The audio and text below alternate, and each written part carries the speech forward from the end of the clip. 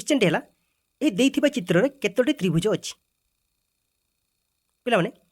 परीक्षा जिते बड़े भी एभली क्वेश्चन रे त्रिभुज संख्या पचारि से आपण मैंने सीधा सीधा प्रत्येक स्टेप्र घर संख्या को काउंट करके लिखिदेवे ना घर कौटा एटा गोटे घर एटा गोटे घर एटा गोटे घर एटा गोटे घर सेमती एगुड़ाक घर सेमती आप प्रत्येक स्टेप्र घर संख्या को काउंट करके लिखिदेवे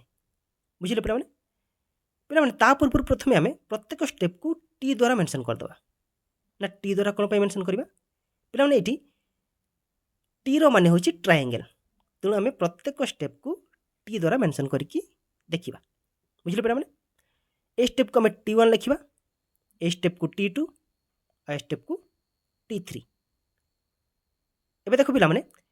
T1 रे टोटल केतोटी घर अच्छी 1 2 3 4 T1 रे टोटल 4टी घर अच्छी पिला माने एठी देखो घर तो 4टी अच्छी किंतु आम केमिति जानिबा जे T1 रे टोटल केतोटी त्रिभुज अच्छी केमिति जानिबा पिला माने T1 रे थिबा टोटल त्रिभुज काउंट करिवार फॉर्मूलाटी है T1 = 1 + 2 + 3 + 4 = 10 एठारे पिला माने जेतोटी घर अच्छी T1 रे जेतोटी घर अच्छी सेतोटी संख्या को आम गोटे गोटे करी जोग करदेलु हेले T1 रे थिबा टोटल त्रिभुज संख्या बाहरी जीवो बुझिले पिला माने सेमिति T2 रे थिबा त्रिभुज संख्या है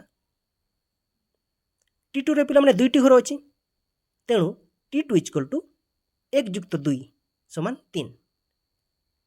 T2 रे टोटल 3टी त्रिभुज अच्छी सेमिति T3 रे टोटल 3टी घर अच्छी T3 = 1 + 2 + 3 = 6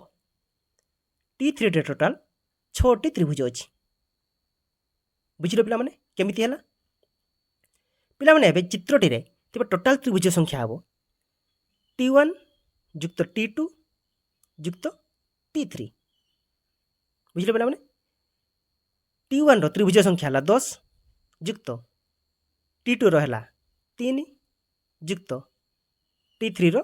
6 टोटाल युक्त करदेले हम 10 + 3 + 6 = 19 तेबे पिला माने चित्रटी रे टोटाल 19 गोटी त्रिभुज अच्छी बुझिले पे